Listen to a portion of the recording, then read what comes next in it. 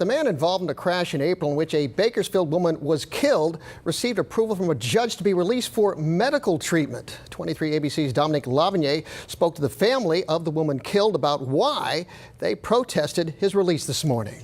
The family of Gayla Price, the woman killed in a deadly car crash in April, protested the driver's request for bail on Wednesday morning, saying they lost their loved one forever and she deserves justice. This should not be happening. We should not be here right now. We should be at home loving our mother. But we can't because of this dude. Karim Reyad, the 18-year-old involved in the deadly crash on Campus Park Drive, reached at least 100 miles per hour in a Dodge Charger Hellcat while under the influence of THC, killing Gayla Price on the scene. And the family says while they lost her forever, they remember Price as a woman loved by many. You could not see her and not smile.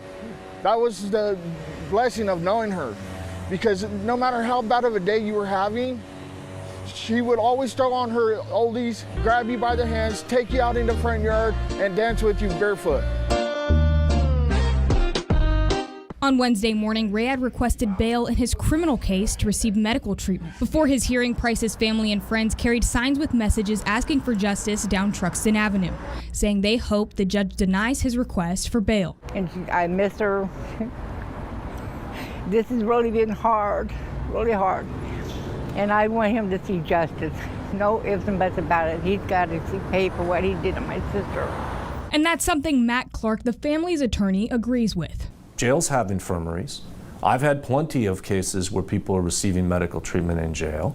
There's no reason to believe he can't receive adequate medical care in jail. The judge denied Reyad's request for bail, but granted his request for release to a medical facility for proper care and physical therapy. Reyad's attorney, Forrest Miller, says the Lerdo pretrial facility neglected to provide Reyad with adequate medical care for a broken leg, injuries to both arms, medication for nerve damage, and failing to provide a wheelchair for his client. Because Lerdo just absolutely cannot provide it to him. There is a just case law that says basically that if people in custody are not getting their adequate medical care, that is a violation of their 8th Amendment right. And while Price's family says they're relieved Reyad was denied bail, Roy says they're disappointed in his approval for release to the Bakersfield Rehabilitation Facility. I understand he's a kid, and he made a grave mistake.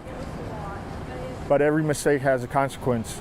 And every consequence you got to accept. The court ordered Reyad to return to court on Tuesday with a statement from the Bakersfield Rehabilitation Hospital accepting him as a patient, along with his estimated duration of recovery to finalize his release. In downtown Bakersfield, I'm Dominique Lavigny, 23 ABC News, connecting you.